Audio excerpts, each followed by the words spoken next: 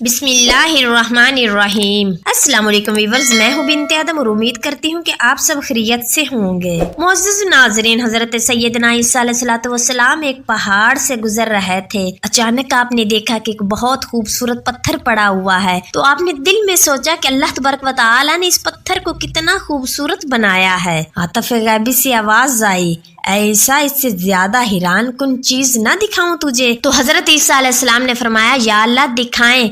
फरमाया, इस पत्थर को दरमियान से पकड़कर खोलो। हजरत ईसा अलैहिस्सलाम ने पत्थर पे हाथ रखा तो पत्थर दो टुकड़ों में खुल गया।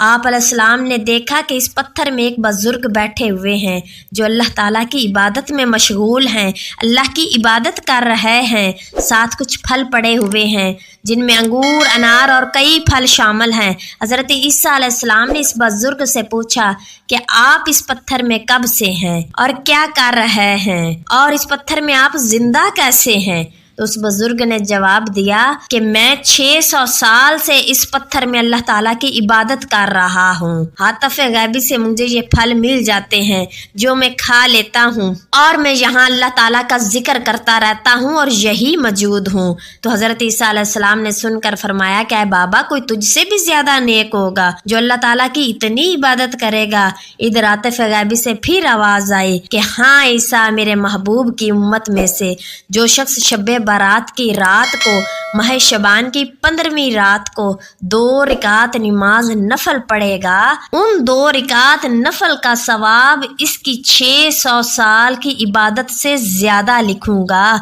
तो मुअज़्ज़ज़ नाज़रीन, उस वक़्त हज़रत ईसा अलैहिस्सलाम अल्लाह ताला से मुखातिब हुए और कहा, या अल्लाह, फिर मुझे नबी ना बनाता, अपने उस यार का उम्मती बना देता। मुअज़्ज़ज़ नाज़रीन, शबान का महीना है, शबे बारात की आमद है। इस रात को जाग कर इबादत करें, दुरूद व सलाम कसरत से पढ़ें, अपने रब से अपने गुनाहों की तौबा करें। पता नहीं दोबारा शबान का महीना हमें नसीब हो या ना हो, पता नहीं दोबारा ये रात हमारी ज़िंदगी में आएगी या नहीं।